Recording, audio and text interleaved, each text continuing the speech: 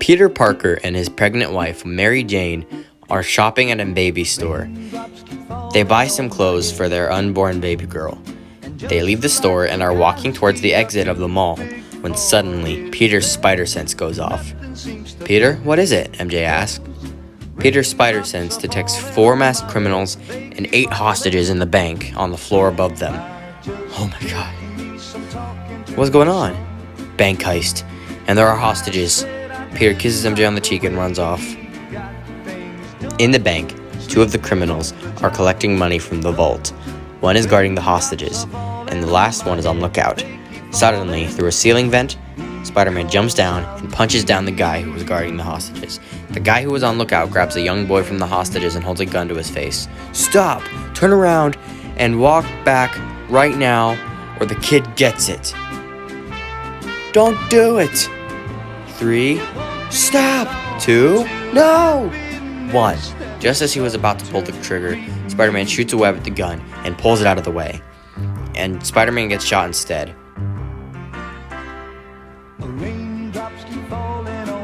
He shoots a web at him to restrain him to the wall. The 2 other criminals heard the gunshot from the vault and look to see what's going on. One of them says, "Oh no, it's Spider-Man!" They go out of the vault. One of them is holding a sack of money and a small gun. The other guy has an AR and starts shooting at Spider-Man. Spider-Man dodges the bullets until the gun is out of bullets. He kicks the criminal down and traps him with a web. The last one drops the money sack and the gun and says, "Yo, I don't even like this job, bro. These guys are actually complete whack jobs, bro." "Then hope you get a nice judge. You might not have to share a cell." The criminals are arrested and the hostages are freed. Later, at their home, Peter talks to MJ about his thoughts to retire as Spider-Man and take care of her and their daughter. "Who will protect the city without Spider-Man?" MJ asks. Peter thinks for a moment before answering. That's when he comes up with a plan. Over the next couple weeks, Spider-Man starts a New York Defense League called the Avengers. In the beginning, it's just him, but soon, he starts receiving applicants from other heroes wanting to join. He has an interview with Iron Man, who was a huge fan of Spider-Man, and he becomes the second official member of the Avengers. He interviews Hawkeye as well. "What are your powers?" Spider-Man asks. "None, but I'm near perfect with the bow and arrow." "Sounds deadly." "I have non-lethal arrows." Spider-Man has interviews with several other applicants such as Ant-Man and the Wasp, Captain America, and Ben Affleck's Daredevil. "So you have enhanced senses?" Spider-Man asked. Spider-Man also interviews Eric Bana as Bruce Banner. "And you turned into a green rage monster?" Bruce says, "Well, I did, but over the last 20 years, I've kind of learned to manage the anger. I mean, I still Hulk out and everything, but I'll probably make a mess too. But I'm slightly more tame than I used to be." The Hulk was more like, he was almost like a child who had to grow up, and he's all grown up now, you know? After the interviews, J. Jonah Jameson hears about the new superhero team called the Avengers. "If it wasn't enough having Spider-Man around, now we got a team of these idiots. If these hooligans ever decide to go rogue, who's to stop them? I've had enough of these costumed heroes making a mess of my city. I won't stand for it. One of these days, Spider-Man will answer to me. J. Jonah Jameson." Jonah returns home from work to his grandson, Jack, who he is taking care of for the week while Jonah's son, John, is out of town. Jack asks his grandpa to tuck him into bed. After tucking Jack into bed, Jonah is leaving the room, but Jack calls his grandpa one more time. "Grandpa, I'm scared." "Of what?" "Of that Spider-Man you talk about. Doesn't he have henchmen now, the Avengers? I'm afraid they'll come to get me." "It'll be okay, Jack. They won't hurt you. I'll make sure of it." "You mean it?" "Of course, Jack. I love you." "I love you too, Grandpa. Good night." "Good night, Jake." The next morning, Jonah calls Alistair Smythe, who had become the new CEO at Oscorp after Norman Osborn lost that position in the first Spider-Man movie. He asks Alistair what his opinion on Spider-Man is. Alistair says that he thinks Spider-Man is very irresponsible, and Jonah tells him that he wants to create a weapon that can compete with Spider-Man and the Avengers if they were ever to go rogue. Alistair replies and says, "I know just the thing." Spider-Man is swinging through the city, and he sees a billboard that says, J. Jonah Jameson wants to interview Spider-Man. Spider-Man, if you see this, please call this number to accept the interview. Spider-Man lands in front of the billboard. He thinks about it. He thinks about all the years that Jonah has hated Spider-Man, all the lies printed about him, and he thought maybe this was his chance to finally settle their differences before he retires as Spider-Man. Spider-Man leaps off the building and swings over to his house. He enters through the window and takes his mask off. MJ hears him come in from the basement. Peter, is that you? Peter comes downstairs. Yeah, it's me. I need to make a call. Peter walks over to the wall phone and calls the number from the billboard. Who are you calling, Peter? I'm calling the Bugle. Betty Brant answers the phone. Hello, this is Betty Brant from the Daily Bugle. Hi, Betty. This is Spider-Man. Betty freaks out. She can't believe she's talking to the real Spider-Man. She tells Jonah that she has Spider-Man on the phone. Jameson says, You serious? And picks up his end of the phone. Spider-Man, is that you? Yeah, Jonah, it's me. I'm calling about the interview. When do you want me there? ASAP. MJ asks what's happening. Peter says that he's going to settle his differences with Jonah. He puts his mask back on and runs upstairs. He leaps out the window and starts swinging to the Bugle. He arrives at the Bugle and climbs up to Jonah's office window. Ah, the Spider Menace. Jonah opens the window and lets Spider-Man in. Where are we doing this interview? Jonah tells everyone at the Bugle that they can take the rest of the day off. But can't we stay to see Spider-Man? Betty asks. Jonah refuses and tells them all to go out. After everyone leaves the building, Jonah leads Spider-Man into a room with a table and 2 chairs and 2 plates of lasagna. Jonah sits down at one end of the table and Spider-Man sits down at the other end. There is an awkward silence for what felt like an hour before Jonah finally said something. So, Spider-Menace, sitting across from me, after 23 years. Here's the first question I have for you. What possessed you to put on a Halloween costume and do what you do? Spider-Man replies by saying, Well, Jonah, to be honest, something happened all those 23 years ago that changed my life forever. You see, before I became Spider-Man, I was an outcast, and one day, I was bitten by a radioactive spider. The venom altered my DNA, giving me these abilities. That day, I became something more than an outcast. I was stronger. I could leap from building to building. I could shoot webs. And at first, I'll admit, I was very irresponsible. I was trying to impress my crush with a new car. So to earn the money, I competed in a cage fight for $3,000. When I beat the opponent, the guy only paid me $100. So on my way out, I saw a man running past me who had robbed that guy. I wanted revenge, so I let the robber go, though I knew I could have stopped him. That man and his partner caused the death of someone I loved later that same night. Someone I loved died because I wanted pathetic revenge. And everything I've done for the past 23 years has been to make up for that one night. Jonah pauses for a moment and asks, But do you need to do that in a mask? I mean, couldn't if you become a cop? Spider-Man sighs and says, I wear this mask to avoid putting anyone I love in danger. The Goblin, Doc Ock, Venom, and countless others tried to hurt people close to me when they discovered my identity. I can't tell anyone who I am. Jameson interrupts and says, Listen here, bud. I print controversial stuff here at the Daily Bugle all the time. Sometimes I get it wrong. Sometimes what I write hurts people, but I show my face. I'm not afraid of who I am. I'm proud because I know that I, J. Jonah Jameson, am strong enough to face anything. You hear me? Anything. Spider-Man is caught off guard by this and says, You can, JJ. You can face everything.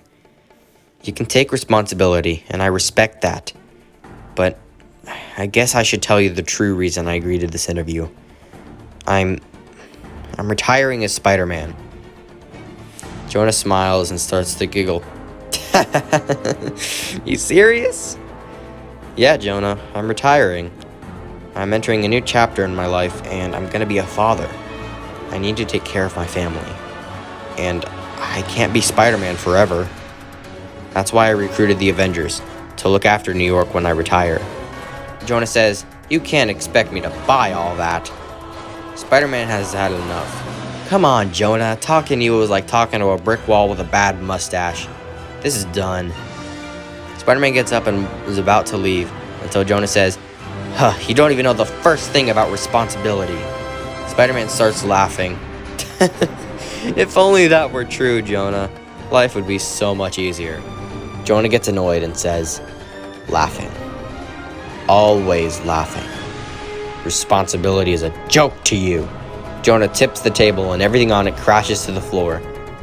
Spider-Man says, "Whoa, Jonah, I joke to put people at ease, to counter the mask I need to wear.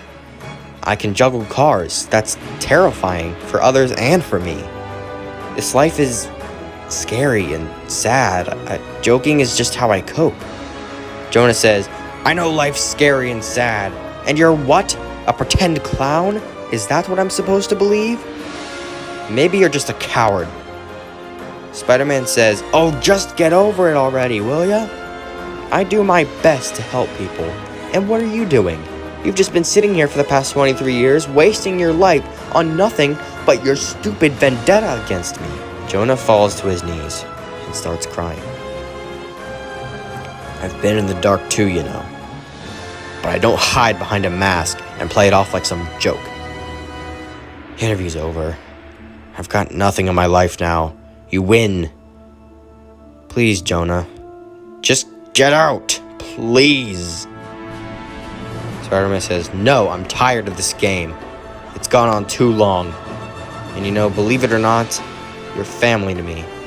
You think nobody cares about you? But I do. I care."